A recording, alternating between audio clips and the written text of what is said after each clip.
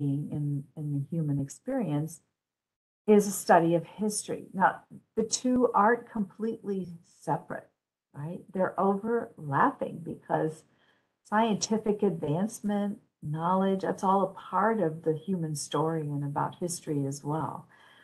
And because in Montessori, we focus on the interrelationship of knowledge and ideas, we never completely separate, right, the disciplines and keep them separate from each other. We're always reflecting on how one is connected to the other. So history is connected to mathematics and economics as well as science. Mathematics and economics are connected, right? Science and mathematics are connected. We make sure that our adolescents are aware that knowledge is not isolated. Knowledge is specialized when we get advanced in areas of knowledge, but that it's actually all connected because human beings are complex and our relationship with the world doesn't happen through just one avenue of knowledge.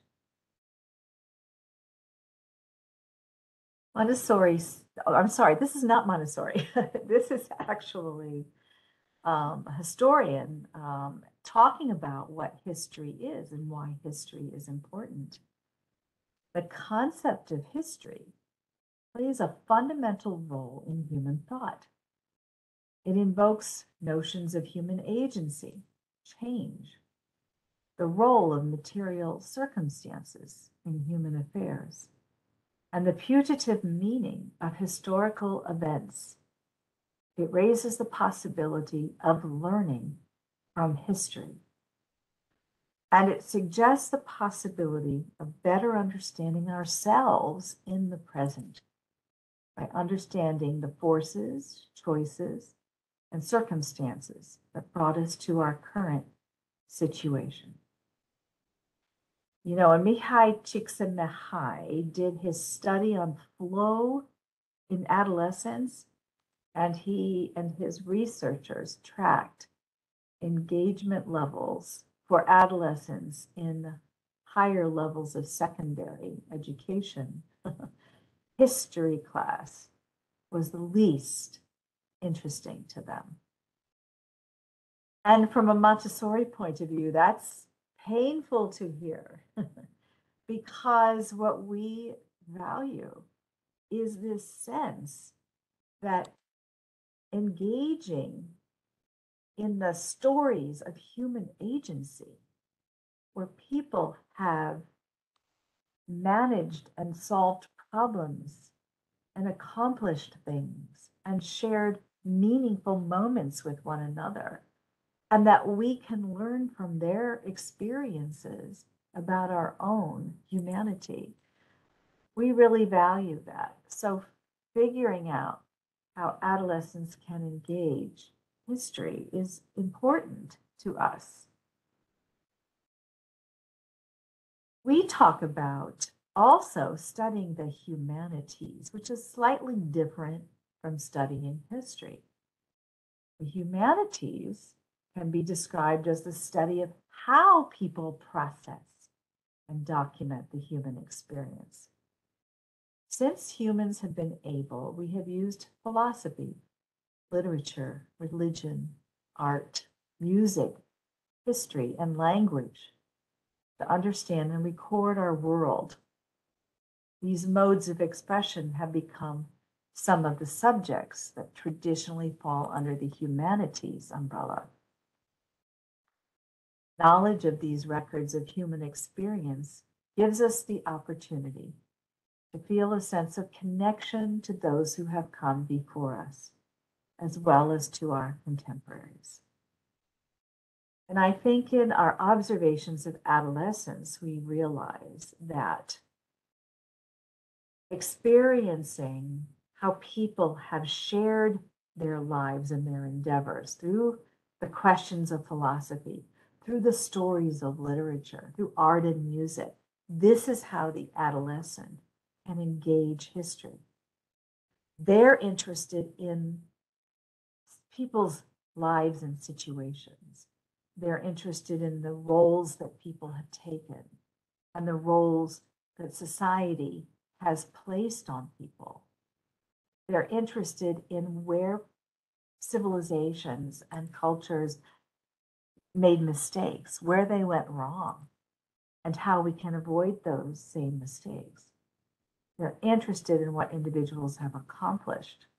So looking at the broad range of cultural experiences that we call the humanities really provides adolescents that connection with history. So it has to be very active, very expressive, and engaging in different avenues. So how we rouse interest, considering who adolescents are and what their characteristics are, includes realizing that they do a lot of role playing.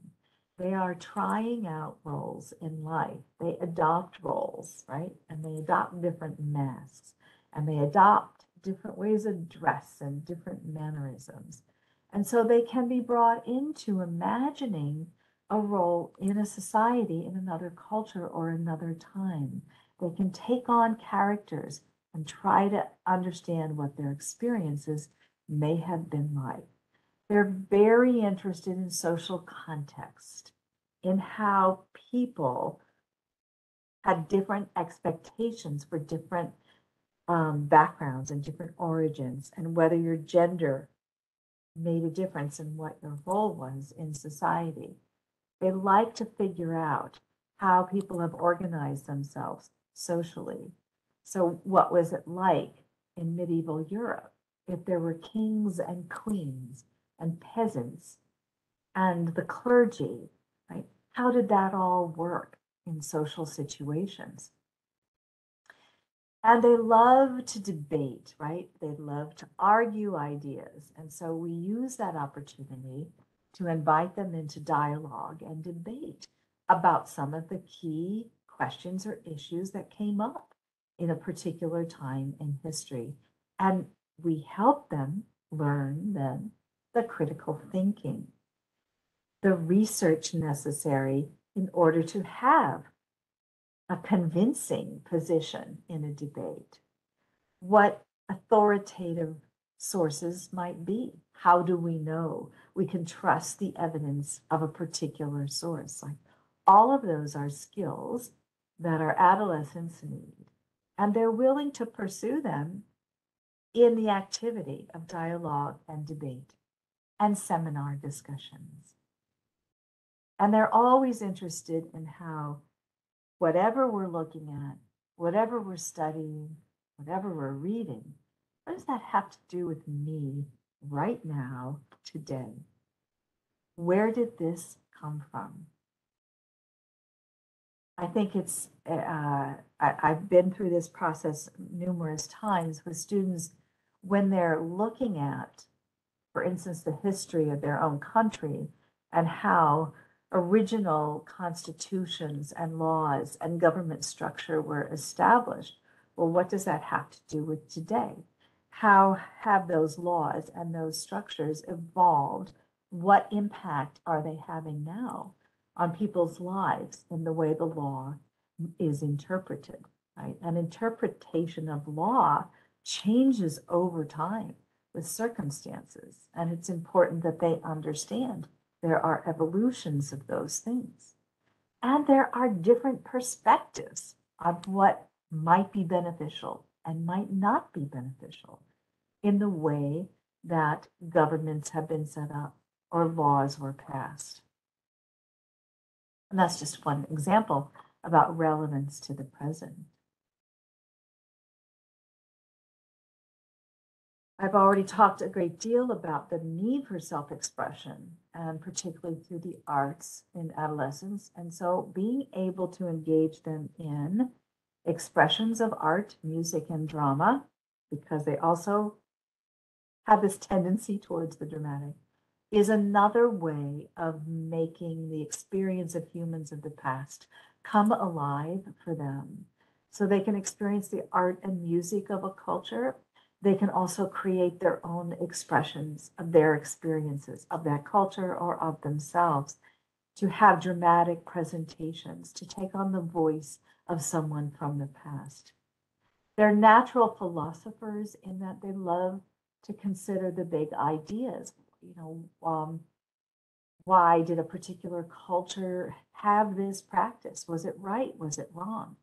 Who did it impact? I mean, they actually love, the philosophers of the past and the questions that came up for them. What does it mean to be conscious? What is consciousness?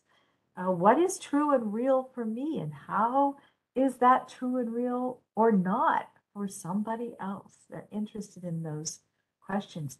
One of the activities I've done a number of times is actually kind of a game that my son invented, which is called the best thing ever.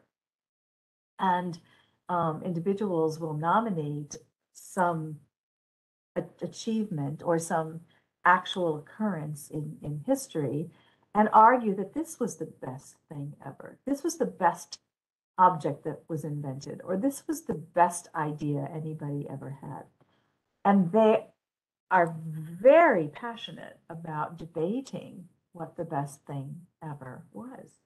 I remember at one point, one of those debates boiling down to, was electricity or the computer the best thing ever? And in the end, electricity was necessary for the computer, so electricity won. But they love the debate. They love the thinking about that.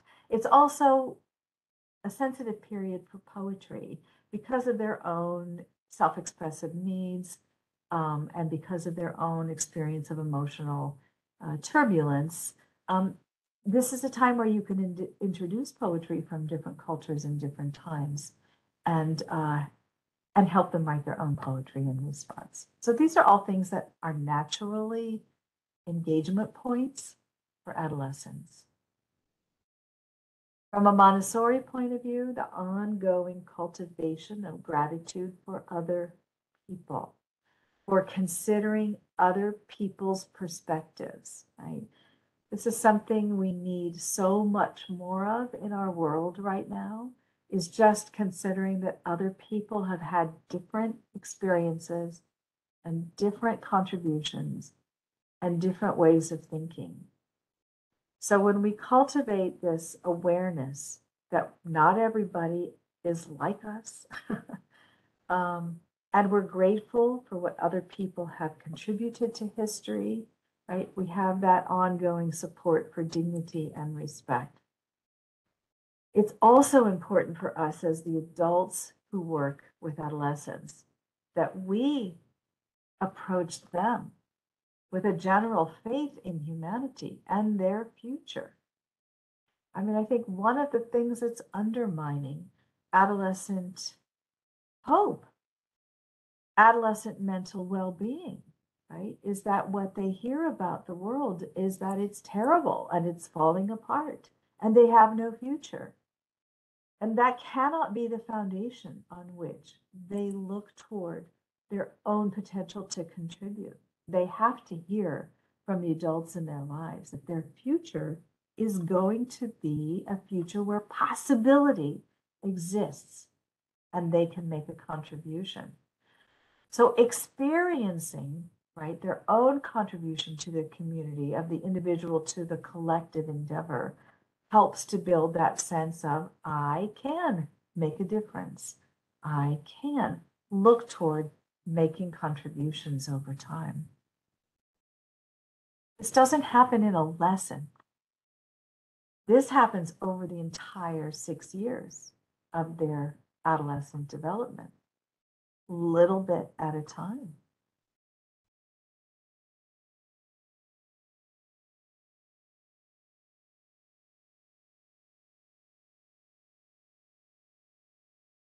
I said this before, and I'm just going to bring it up again. We are a storytelling species. We have been encoding our knowledge and our value systems in story since we first became human. We're actually designed, and our brain is designed to follow stories and to embed meaning and communicate meaning through storytelling. So just because they are no longer children, it does not mean that that story is no longer valuable. We simply have to start sharing stories in different ways, right? A story has this structure, beginning, a middle, and an end, within which we can hook information, ideas, and experiences that can become an internal part of our memories and who we are.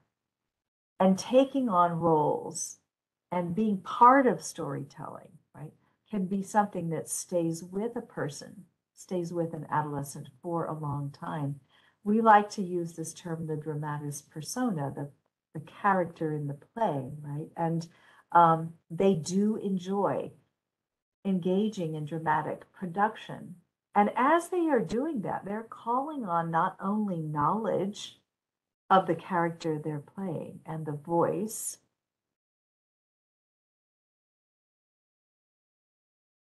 they are also calling on the experience of emotion. And there's something about the attachment of that emotion, even if it's experienced in a dramatic production and not necessarily in real life, right? Connected to idea, connected to social interaction, connected to knowledge that helps us internalize this understanding. So learning happens best when all of the aspects of being human are integrated and combined. They go in more deeply. So we take advantage of this aspect of ourselves and our adolescence to bring them into the experience of other people. So story has emotional content. There's research that shows that the connection to, not dramatically emotional, but the connection to emotional content is part of a good learning situation. So some of the frameworks that we've been working with for the study of history, given all those characteristics and components that I've already mentioned, right? We have this kind of three-stage approach to helping to frame a study or a project in the humanities and history, where we start with a challenge or an invitation to the story. We ourselves, or the students themselves, might begin this work by telling a big picture story of a whole time period, of a whole cultural unit. And by doing so, inviting them in to find out more details about that story, more about the people who are involved in the story. We sometimes call it a sweep story. There are stories that are told all throughout the 6 to 12 environment in Montessori, and this is similar to that, but it's now the story of a time period or a period that we're going to look at where some culture or some series of events has created a storyline that is important for us to delve into. So we challenge them and invite them into the story. And then we offer them keys. So we're not going to lecture through everything that happened or everything that's relevant to a study in history. We're going to offer some key lessons. Just like we offer keys to the studies of science, we offer keys to this particular experience of history, and we ask some key questions about it. And that's where the adult has the role of distilling what keys will unlock students' engagement and their own exploration and research. What concepts are important for this time? I brought in medieval Europe. I'm sorry, it's a Eurocentric thing, topic, but if you think about the feudal system that Europe experienced, and actually other parts of the world also experienced, the idea of feudalism and how a social structure is a feudal structure, that's a key, right, to understanding a culture and a time period. So we develop lessons that are going to unlock further individual study. And we offer them some key experiences. So maybe we experience the art and the poetry or the theater or the drama of a culture or a time in history. We offer them some of the literature, the key literary pieces of that time. We do offer them keys that will ask them to do more research, right, in the factual information that's going to help build that story. And then we initiate and we assist and we provide opportunity and we provide sources for them to do exploration and inquiry independent of the adult, as individuals and also in group work. And that they have both, that they work in small groups and they work as teams on certain aspects of research, but that at some point they always have an opportunity to contribute their own unique inquiry. So they are making a contribution to the big picture of this study. So they're asking questions, they're doing the research to find out the answers to those questions. They're having dialogue in groups, they're having dialogue with the adult, they're seeking experts, right? Also to have dialogue with outside of the classroom, outside of the school. This is a local history, or we do local history projects often. The gentleman in this photo was a veteran of World War II, and he's one of the last veterans left in our region, and he lived down the street from us. So him coming to tell his story, he was in 5 major battles of World War II, and he didn't talk about it for most of his life. And when he turned 75, he decided it was important that he start to share his experiences and his reflections on his experience in those in that war. And so part of what the students did was have a dialogue with him about his own war experiences. As I said, they also love to debate, and so helping them to set up a productive and well-informed debate on an issue is highly engaging. Let them explore different aspects of this time or this culture, and to not tell them all the time what they should explore, but to give them the keys and the umbrella view that will allow them to make choices and invest in their own research because they chose it, as long as it's relevant to painting this broader picture of the historical study. Visiting museums, which are not always interesting just to look at, but to find ways where they can engage with whatever's in the museum, right? By drawing it, by writing about it, by doing the research of the artifact and where it came from and who might have used it. So they need to have avenues of engagement wherever they go, and by consulting experts. And we introduce all the same modes of inquiry that you do in historical studies, right? In other pedagogies, there are primary sources and secondary sources we can read. We look at maps, we draw maps.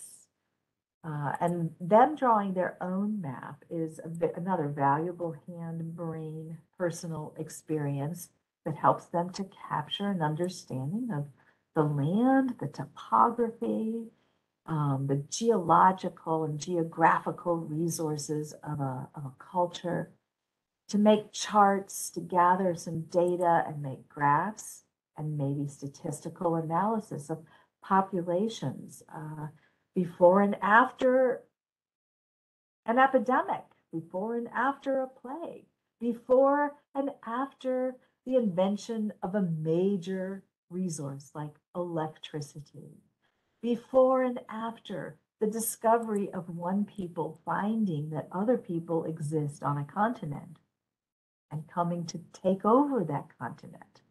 What population statistics changed? With what happened to the indigenous people who were there? They can make their own timelines. Timelines are a feature of the 6 to 12 environment. They help to paint the broad sweep, right, of story in the 6 to 12 time period. But as the adolescent takes on more specific study, they can design more specific timelines of their own. Their timeline might be the timeline of the change of dress and fashion in a particular culture. It might be the timeline of major historical writers or poets and when they came into prominence, right, in their culture. I mean, there are endless possibilities for timelines. To study the art and architecture of a culture, to make models, make their own three-dimensional models of famous pieces of architecture, to listen to and experience the music of the time, maybe to make their own music in imitation of that, to visit historical sites. So we almost always include local history, the history of our place, where we are, of our region and our town and our city. And there are many ways to go to historical sites and not just look at them, but actually prepare stories to tell before you get there. Right? I have a colleague who, in doing some American history work, had the students do research and write dramatis persona in the voice of the person, the stories of particular people who had impact or whom they researched. And then she would take them to Washington, D.C. in the United States because they lived close enough to get there. And they would walk through and visit the historical sites. And each student had to choose on the spot the location where they were going to tell the story of their person. And so it became like a public theater event.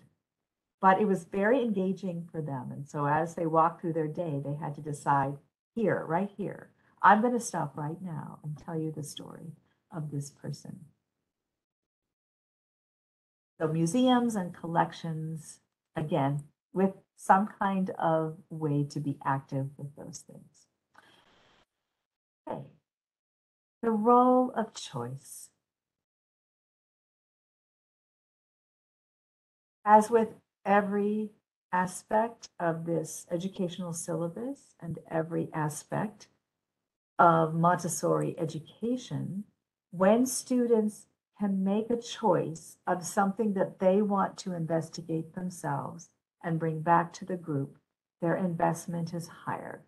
And so we try to make opportunities available for them to choose different things to study and experience. This just happens to be, because I'm from the United States and I live in an area where there are historical sites, the students choosing to demonstrate life in the 1800s in the United States by using the tools or cooking the food. And in the one picture, they're actually creating dyes, right, from the local plants, and then they're going to dye some fabric. And on the right is a dramatis persona presentation by a student of a famous admiral who fought in a battle close by. So the opportunity for students to present their work back to the rest of the group in order to teach the others about what they learned is not only an important assessment moment, it's an important consolidation moment for the student to be able to be accountable for what they've researched, to put it in a form that can reach the audience So it demonstrates what they've mastered and what they understand. I once went to a conference where a professor from the University of Virginia, who was familiar with Montessori, said, "You Montessorians, you love your very precise key lessons, and you love your exploration and research time, right? Where the students are active with the materials and they're pursuing their own understanding and they're working in groups. But sometimes you forget," said, "that you need this third period, this moment where the learner is able to consolidate and express what they understand and learn. And that's an important brain function for them. And it's an important social and emotional experience in having contribution to make to the group that they're bringing that's unique to them." And we talk about that experience as being valorized, right? Being valued by the community. So their presentations, which happen at the end of all study projects, science, economics, history, they're not only a demonstration of their own understanding, but they're a contribution to the collective endeavor.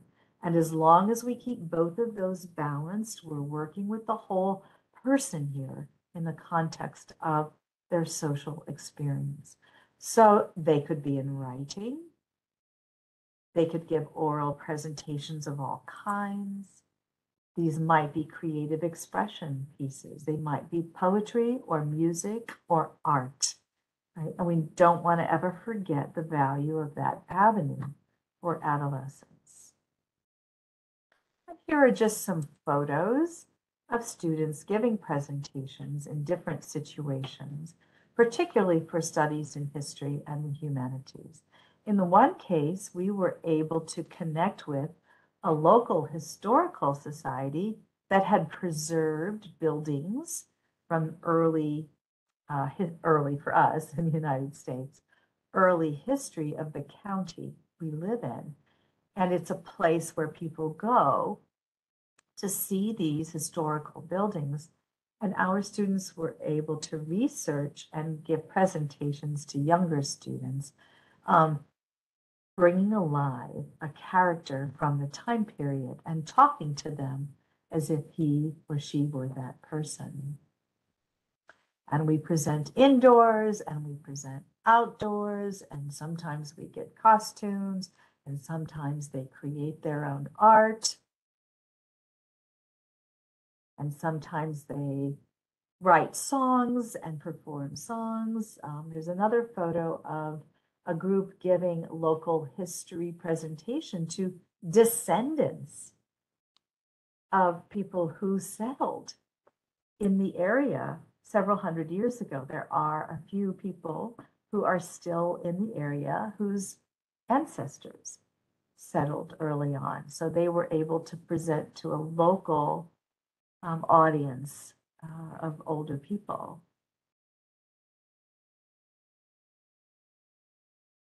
And you can imaginatively communicate with Australopithecus if you're creative enough to figure out how to interview early humans as well as perhaps dramatize other figures in history.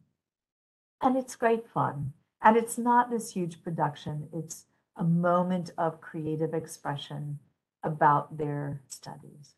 And I think this is the last photo, and I just wanted to show you because this one is actually, there was a study done of current thinking about the evolution of human beings and the various branches, right, of human species or species related to Homo sapiens that we eventually became, and how many new branches scientists, paleontologists have, and archaeologists have found out about. So they laid out this tree of human evolution out in the pasture on the property, and then they had visual posters at the end of many of those branches because they had researched that individual species and what its features were and its habitat, where it was located, where they have found the fossils, and why perhaps it did not last, it did not endure to become modern humans. So lots of creative ways of telling the story of human roots and human history. For Montessori, the aim of this part of the preparation for adult life is so that our children, our adolescents, feel they belong to a broader human organism on the planet. We're all connected. We share history. We all can trace ourselves back to the earliest human beings. And our story is one of migration and movement and adapting to different places on the planet. We're all connected. We have the same human needs, and we meet them in different ways. This can be a unifying aspect for us, to see the potential for us to move forward, to understand that progress is possible in a more unified way. It's an opportunity for our children, our adolescents, to develop empathy with other human beings. We are not that different from each other. Regardless of how we look, we have more in common than we have that's different. And their ability, the increasing ability of our younger generations to understand that, means we have a more likely future that will allow humans to thrive together and endure together. So the aim is human solidarity and faith in the future for our young people.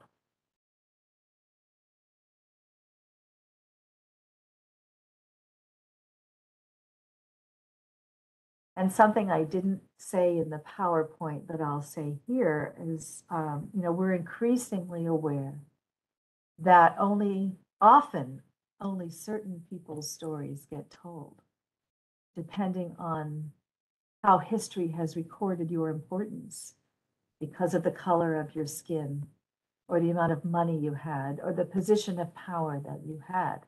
And that it's important that we share as many stories as possible of different people in different situations with different circumstances and different perspectives, and that we don't allow the recorded history, right, to communicate the false impression that history is only about certain people. That's a very Montessori thread, right? Celebrating everyone's contribution, and the unsung heroes the most.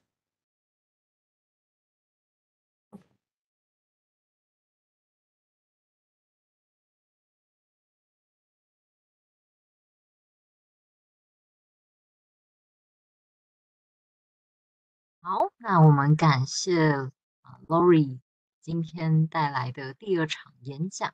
那现在就进入到我们 Q&A 的时间，那大家一样可以透过 Slide 图这边来进行提问。那因为刚才已经有一些问题，那是比较多人想知道的，所以我们就先来针对这些问题进行提问。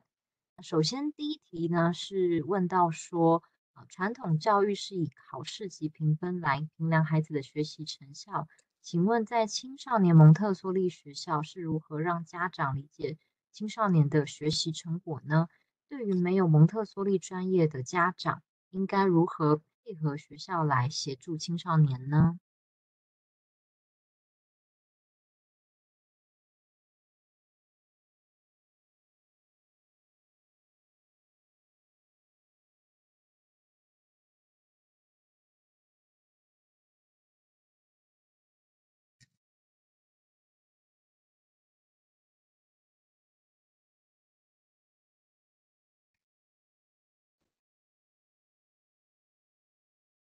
？With everything we do, we also need to help parents understand the pedagogy. There's a lot of work that we do that is parent education, that we are continually offering sessions that explain the reason we do the things we do. And at the adolescent level, one of the most effective avenues to reaching the parents is to have the students present to them, to have the students prepare at times, right, their presentation of knowledge to share with the parents. And parents are often quite impressed with their students' presentations. And this is difficult at first if children or adolescents are not used to presenting. But if you do this all the time with adolescents, they get very good at it. So we have sessions with parents. We have opportunities for students to present to their parents. We collect their work in portfolios so they can see their writing work. They can see their art expression, their creative expression, because we are encouraging expression of understanding in a variety of modalities. We should be able to share evidence from those modalities with the parents. So we have conferences and portfolio nights with them. We also, in Montessori, we focus a great deal on observations. So we try to take daily observations of what we're seeing of all the individuals we're working with, so we can challenge them, so we can support them, so we can find work that is engaging for them. Many Montessori schools write progress reports for the parents that are summaries of some of those observations. Here's what I have seen. Here's what I have seen your child do and say and accomplish and struggle with. And here are some plans for our response to whatever they're needing next. You can give tests. You can give standardized tests that help to give diagnostic insight into certain scholastic skills. Those are tools as well, right? Achievement tests will give you some information about how students are able to perform on certain kinds of assessments. Remember the layers. We're working with a complex human being. We're allowing them to be complex in their expression of their knowledge. We share complexity with the parents in our observations, in students' presentation, in the work that they do, and also in helpful diagnostic tests that give information. It's hard for people who know nothing else but test scores. It's such an entrenched view of how to see, right, a child or an adolescent's performance possibility. We have to convince parents that there are multiple ways of seeing these capacities develop, including how their child might be taking over a management position in one of the businesses that the community runs. To be able to share that aspect of leadership and growth and maturity, we have to take snapshots of all of those holistic pieces of a person.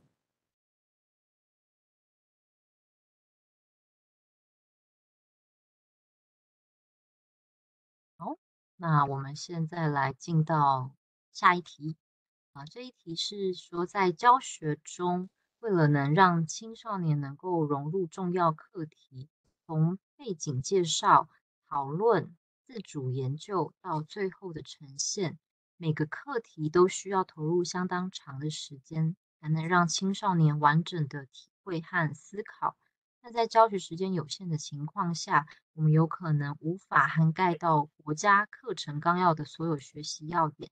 想请问，在深刻讨论和符合课程纲要之间，我们可以如何思考这个问题，以便找到两者的平衡呢？谢谢。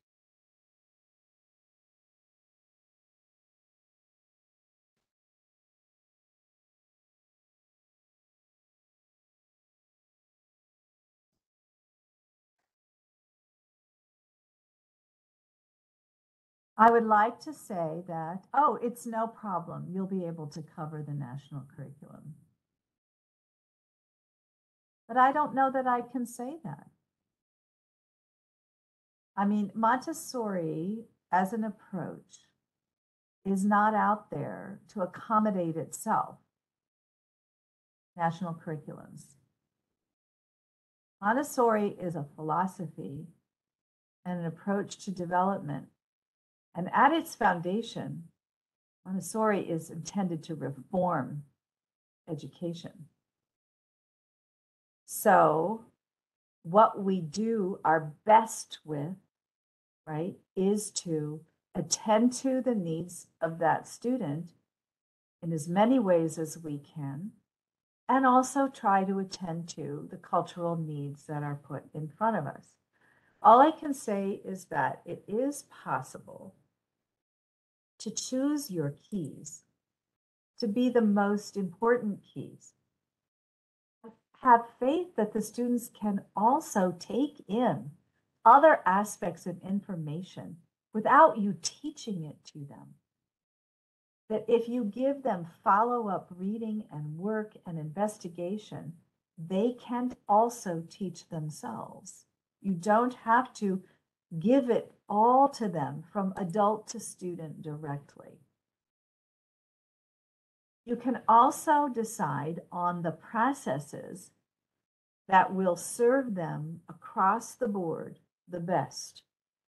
Make sure that practicing critical thinking and reading critically, that everyone in every area is practicing critical thinking and questioning science, mathematics, history, language.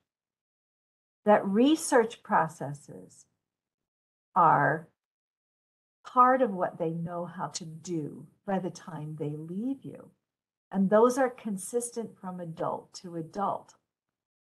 Part of this depends on a team collaborating and making sure key methodologies are consistently introduced to the students. Tracking what you do, tracking what the students do, right? Keeping spreadsheets and making sure that what you're doing in your project attaches to requirements of the national curriculum. I don't know your national curriculum well, so I cannot say, right, how much can be included in experiential work. It may be that sometimes you need to take periods of time and do some other work in preparation for assessments for national curriculum. And so maybe you need to do that as long as you're devoted to the holistic work that also happens elsewhere. But I'm just going to say again, I want for adolescents that they have the opportunity to meet some of these larger goals that Montessori puts out there. A kind of confidence in themselves and their problem solving and their faith in humanity and their moral awareness, right? That has to happen through these experiences and not through academic content alone. So you will be making choices all the time about how to best meet their needs.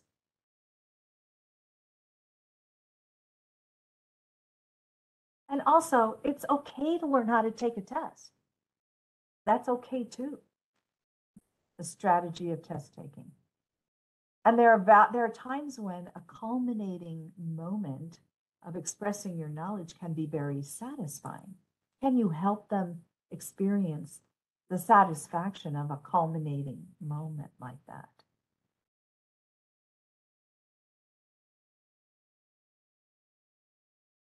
There will never be enough time,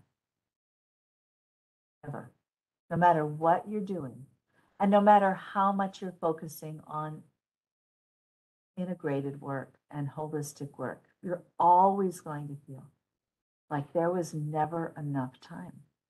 And yet the powerful shaping forces that adolescent experiences over those 6 years will last them a lifetime, even if you don't cover everything.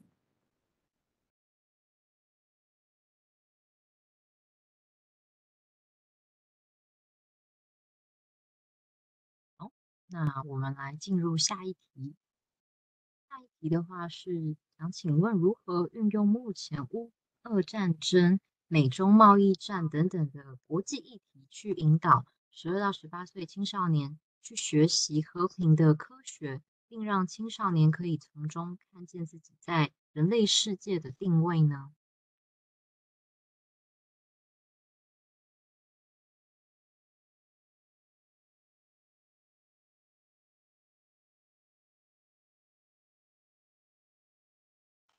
？Well, firstly, I'm going to pass along what Montessori says about there's a slight difference in what is appropriate for the youngest adolescent and how the older adolescent naturally turns their vision to the dilemmas in the outside world.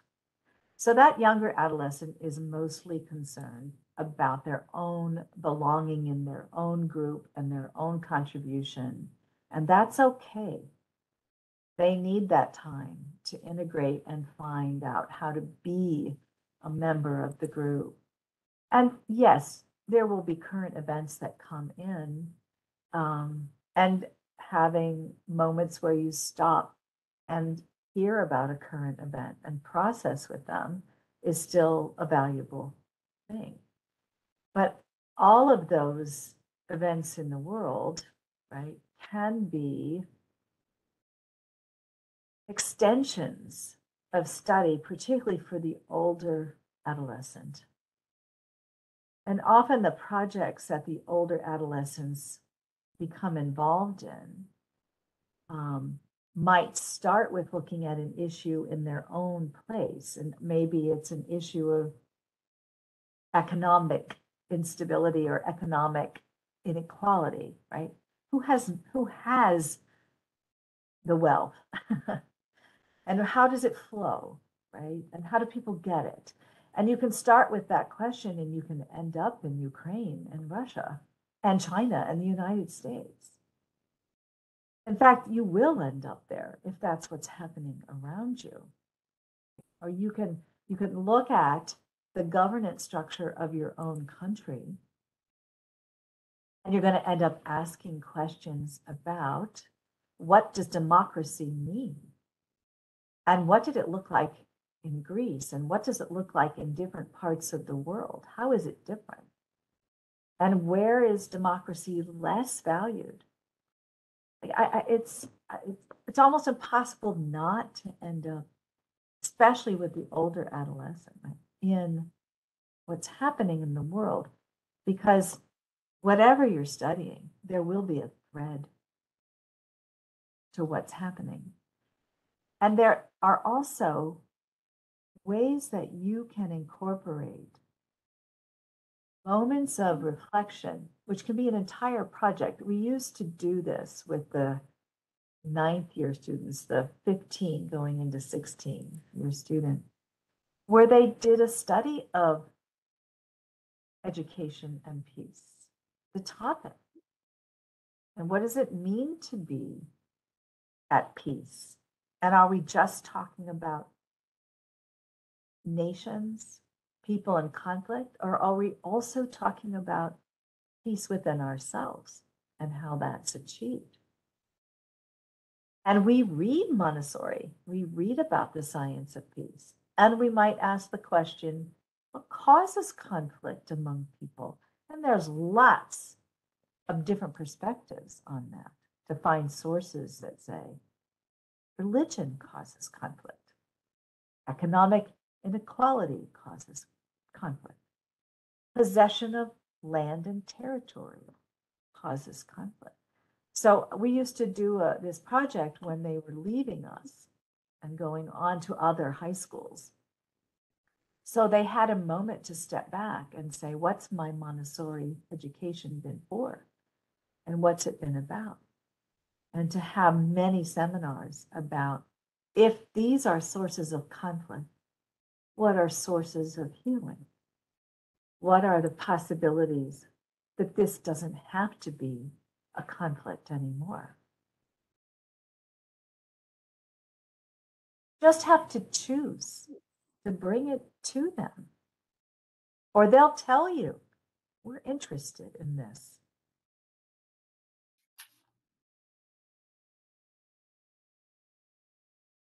好，那接下来我们进入到下一题。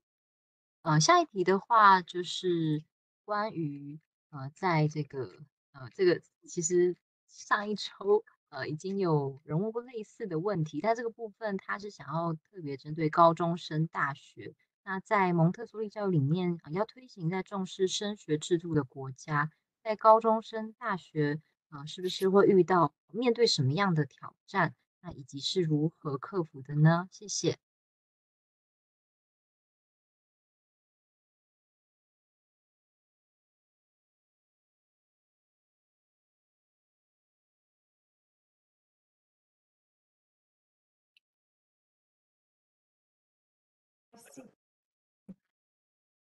So, I mean, I see the challenge for this level being a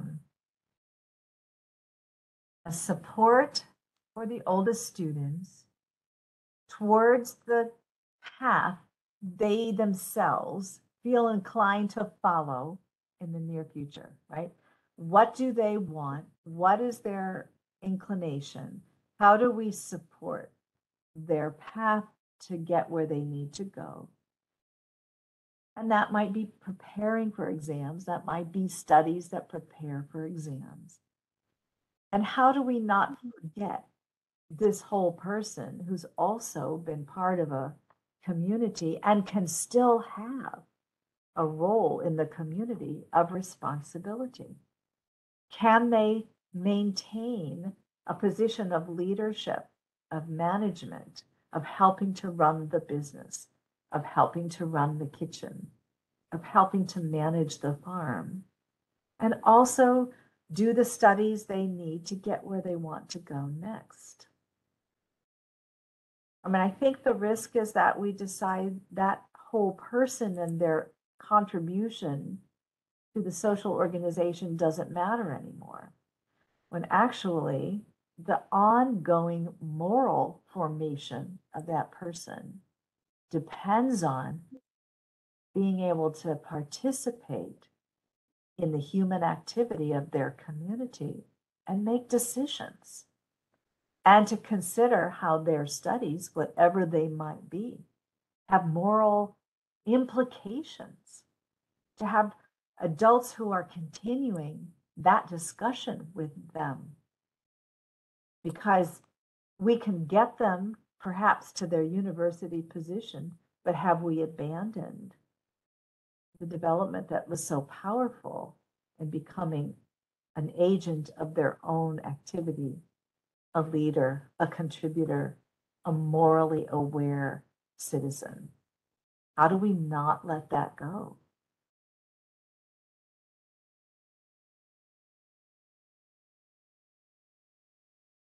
好，那接下来因为我们时间有限，所以接下来这一题应该会是我们今天的最后一题。这一题他是想请问说，提到以色列历史学家哈拉瑞，他提到说，未来的世界将是数位科技结合生物科技的世界，人类将会面临常常被城市机器人抢走工作的巨大压力。甚至呢可能会变成没有用的阶级。在这样不可预测的未来世界里，您觉得蒙特梭利中学毕业生比起一般的中学毕业生更能适应未来吗？那原因是什么呢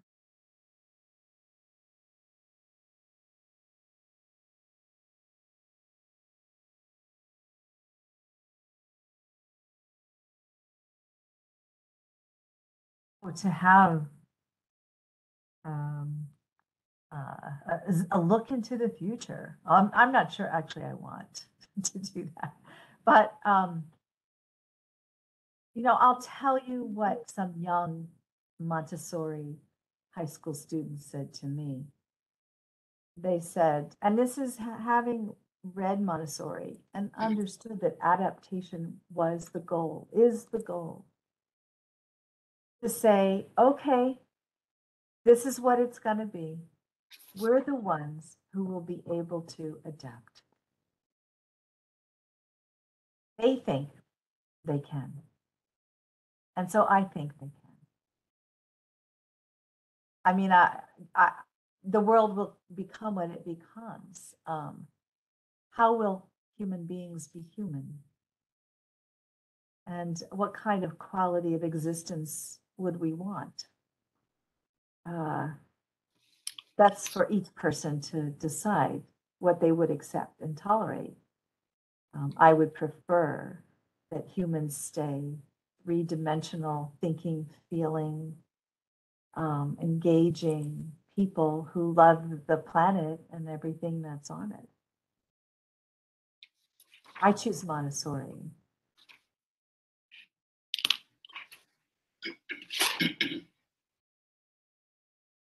那这边跟郑老师确认一下，我们还有几个问题，那我们要问完吗？还是说我们今天就时间在9点半这边结束？对啊，10点半问不完。对，还有2题。那我们就今天就让大家准时结束，就是早一点回去休息。那我们这边请郑老师来帮我们做个结尾。好，非常感谢 Laurie， 我喜欢你的乐观，而且不是盲目的乐观啊，是有方法的。对于蒙特梭利教育出来的孩子，这样的乐观，其实会传染很多人，因为未来确实不确定。但是谁能够抱着希望，而且有好的方法，其实是明显的，可以看得出来的。那你刚刚在 PPT 最后一章提到人类的团结啊，我觉得很感动啊，特别在这个周末，大家可以放松的时候。我觉得这是一个很有希望的一个结语，就是人类的团结才是教育重要的目的，而不是很多学校追求的更高的分数，所以我觉得非常的振奋人心。那每次 Laurie 传达的就是这世界真的有比传统学校教育更好来陪伴青少年的方式，这是一个很笃定的消息，我觉得听起来很令人欢喜。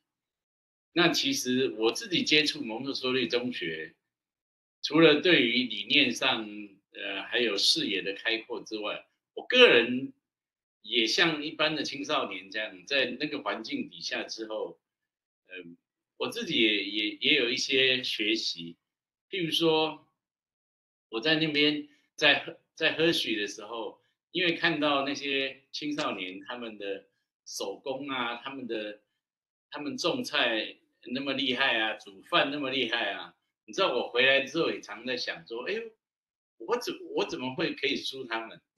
所以我可以换木门，我种的菜现在也成功很多，水果啊菜啊，然后我现在是一个还不错的厨师，最近披萨做的相当好，希望下一次 Laurie， 现在疫情已经快过去了啊，下次来的时候我可以请你吃我做的披萨。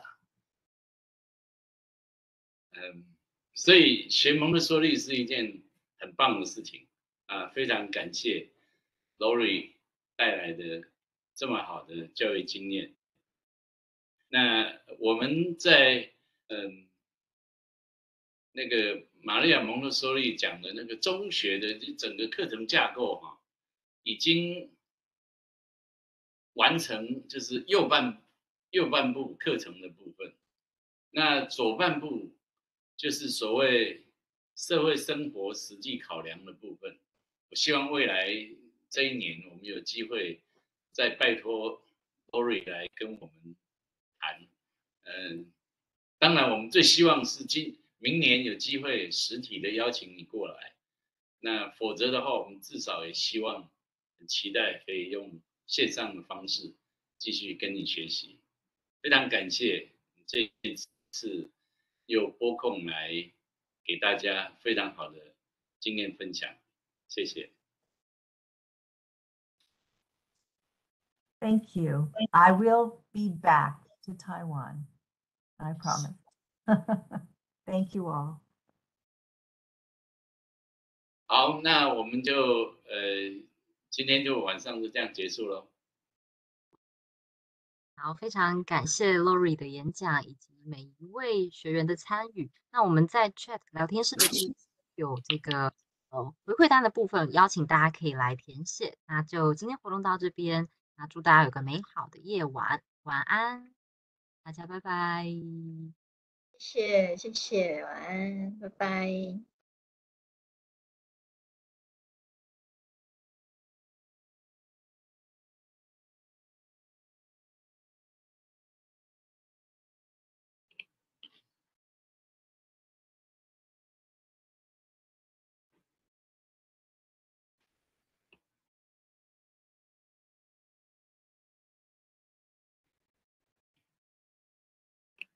You go, Chopang.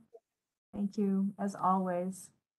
You're amazing. Yeah. Grace, Joanna, thank you for all your work.